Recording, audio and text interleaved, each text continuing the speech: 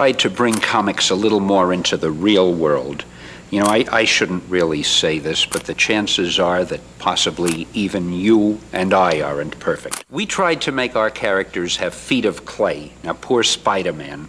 I mean, okay, he's pretty good at catching bad guys, but he's apt to get an allergy attack while he's fighting. He worries about dandruff. He'll have an ingrown toenail, tears his costume. His Aunt May won't let him go out to save the world because he's not wearing his galoshes and it's snowing out. And the funny thing is, I started doing that as a gag and really to keep myself awake, you know.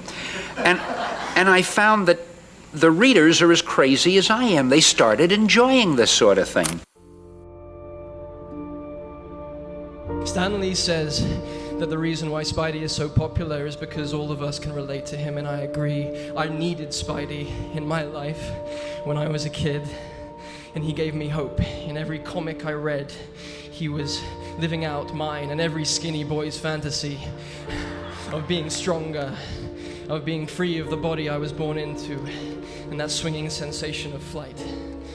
And upon receiving his power, unlike most who become corrupted, he used it for good. And I think we all wish that we had the courage to stick up for ourselves more, to stick up for a loved one more, or even a stranger you see being mistreated. And Peter Parker has inspired me to feel stronger. He made me, Andrew, braver. He reassured me that by doing the right thing, it's worth it. It's worth the struggle. It's worth the pain. It's worth even the tears, the bruises, and the blood. And I wouldn't be able to stand here in front of you guys right now without feeling that Spider-Man was here with me, with his reassuring hand on my shoulder, making sure I don't fall over and concuss myself.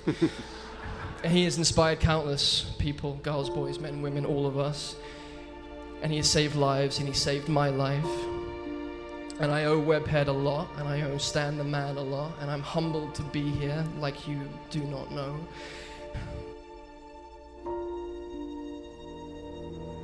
Hey, welcome back to the Stash. Today I'm doing something a little different. Today I just wanted to simply talk about a character that means the world to me. A character who's gotten me through more hardships than I can even remember at this point. My personal favorite character ever created, the amazing Spider-Man. I'm pretty sure I've been a Spidey fan since birth. I mean, I was blessed enough to have a dad that loved comics and such, so I was always surrounded by Marvel and DC. I remember having an action figure of every hero from both sides, yet I always chose one particular webhead to have all my adventures with. I had all the DVDs and wore out each one, from the 90s show to Spectacular Spider-Man to Tobey's movies. I just couldn't get enough of Spidey. There was just something about his character that always seemed to make me gravitate towards him as a child, and yet I was still way too young to even really comprehend what he truly stood for. I just knew he was a hero, a pretty damn good hero at that too, with such a cool costume.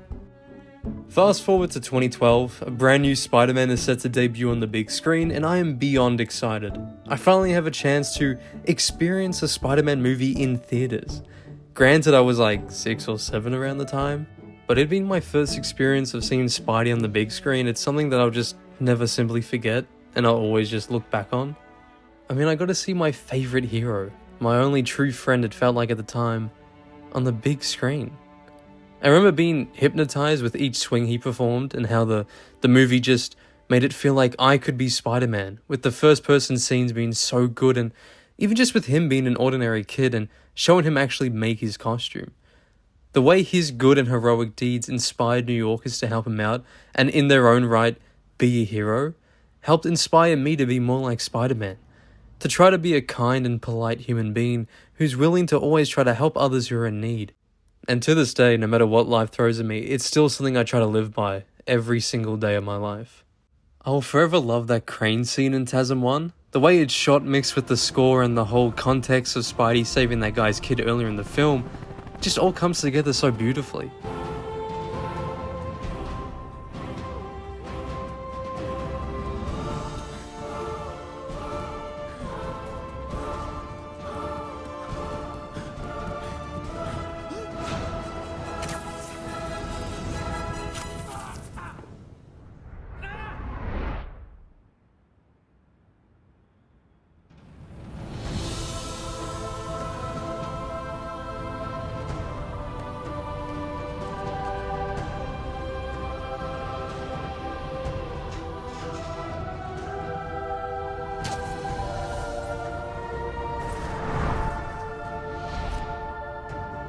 remember seeing that movie several times in cinemas as a kid. First time I was away from home visiting relatives, and it was a night viewing, but I was still wide awake. On the way home, I was begging my mum to make me a Spider-Man costume, but he did in the movie, I'd say, as my concrete evidence that it was an easy task. Soon as we got back to the place we were staying at, I just remember grabbing my bag filled with the toys that I had brought along with me for the trip, and just spent hours and hours just making up stories with my favorite Spider-Man action figure. The second time I finally got to watch it with my dad, the third time was with my friend, and the fourth time again with my mum. I gotta admit, I try not to look at the lizard jump scare. I was like 6, so give me a break. I just remember it for some reason giving me nightmares as a child, just the way he popped out of nowhere. Not good. Anyway, my love for the character only continued to grow and grow as I went through my school years. I was a quiet kid. I wasn't bullied or anything yet, but I always just sort of preferred to keep to myself. I remember one of the first comics I had gotten of Spidey. It was the Best of Spider-Man Volume 2. I read that book to death as a kid, with classic JMS and John Romita Jr. stories, as well as some of the more intense Spider-Man vs. Green Goblin stories I think was in Spectacular Spider-Man. Mixed with some beautifully written one-shots, it was just the perfect introduction to the character in comic form for me. It's also where I developed my love for Peter and MJ, but anyway, I used to take that book with me pretty much everywhere I went, even to school. I just sit at my desk reading the same stories over and over again, to the point where they just become engraved into my brain, because they were just so good. And in a way, it was sort of my first time properly understanding what this character stood for, and everything he really, just meant, what it meant to me and all that. And it was just the feeling of finally understanding and becoming really immersed within the world was such a good feeling. And as a child, it just sort of cemented myself as a true Spidey fan and just a character that I just found comfort within. Then I started to properly collect comics. My dad was always buying some and I really wanted to join in. There was this local comic store I loved going to. I used to pick up anything Spider-Man related, even Nightwing. You gotta show respect to Nightwing. And to this day, I still have most of those issues I picked up when I was like 6 or 10 years old. And they're all in great shape too, considering I used to read them like all the time. But then something called high school came right around the corner, and it was all of a sudden uncool to be into comics, and you'd get called all sorts of names, and considering I was already having a hard enough time as it was there, I didn't really want to add to my struggles, and so I'd put off comics and action figures completely. And I guess in a way, all it really did was just made me realize how much all these stories and characters actually meant to me. The longer I suppressed it, the more I just simply wanted to mess around with my action figures again or just read a comic book. And then there was a day where I just sort of finally said to myself, who cares? Since then, I went fully at it, getting comics every week, reading every day. I was fully immersed within the Marvel and DC universes again, and I couldn't be happier.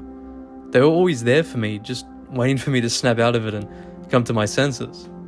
I had like a small Thor phase where I was just picking up a lot of Journey into Mysteries and the Mighty Thor, but my main, of course, was always Spider-Man, and he was the first character I really just went back to and started reading properly, and, well, like I said before, I just couldn't be happier.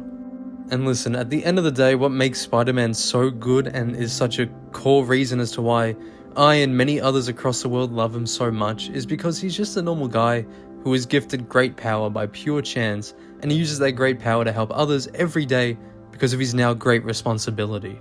In his first issue ever, the world's first ever introduction to the character, we see him make a mistake and pay the ultimate price for it. That's as real as it gets.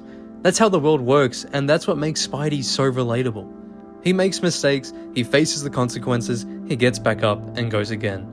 Spider-Man represents the common man. He's not a rich billionaire like Tony Stark or an alien from outer space like Superman. He's simply just a kid who's trying to navigate life, learning how to become a man. The themes his stories express about responsibility, maturity, helping others, and growing up are all aspects of real life. Our life. And we pretty much grow up with Peter. And that's what I think made my journey with Spider-Man so meaningful to me. We both went through our teenage years to our adulthood together, and he was like the brother I never had. And then to be able to read him go from a young bachelor to a married man and so on until Marvel decided to ruin it, it felt really special. It felt like I knew him personally because I've followed his 60+ year story. As I really got into comics, I made it my goal to read every single comic there was of the Wallcrawler, and sure, in a way it was a pretty daunting task. I mean, he has like, what, a million different series? There was the Amazing Spider-Man volumes like 1 to 5 or something, or Spectacular Spider-Man, Web of Spider-Man, Spider-Man, Spider-Man Unlimited, and much, much more. However, I'll always be particularly fond of the Brian Michael Bendis Ultimate Spider-Man run. Peter was 16 in that series, and when I first read it, so was I. That mixed with me being able to relate to his personal life on a very well, personal level, I just became fully immersed within that world. It felt like I knew him, like he was a real person, and I guess when you boil it down, that's just simply the magic of comics. I also really liked how he just simply wasn't a perfect human being. He had his issues, he would make mistakes, and that's what made him feel so real to me, and I'm sure many others as well, is that he wasn't like Captain America, who's always like the Boy Scout. He was someone who wasn't perfect, and that's what's special about Spidey.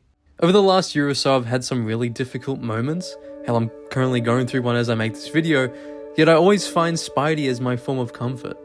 Especially last year, I just dived straight into his comics and read them non-stop, do all-nighters, all that sort of stuff. It's just my way of escape, and he helped me get through so many dark times.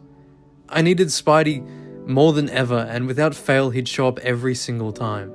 That's probably why I get so annoyed at the comments wondering why I care so much about the current Spider-Man books being so bad. It's because I love this character.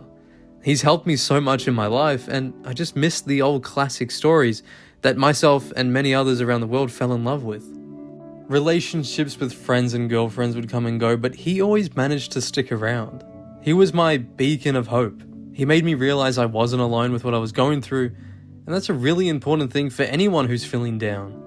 Spider-Man, no matter what, managed to always push through and do the right thing.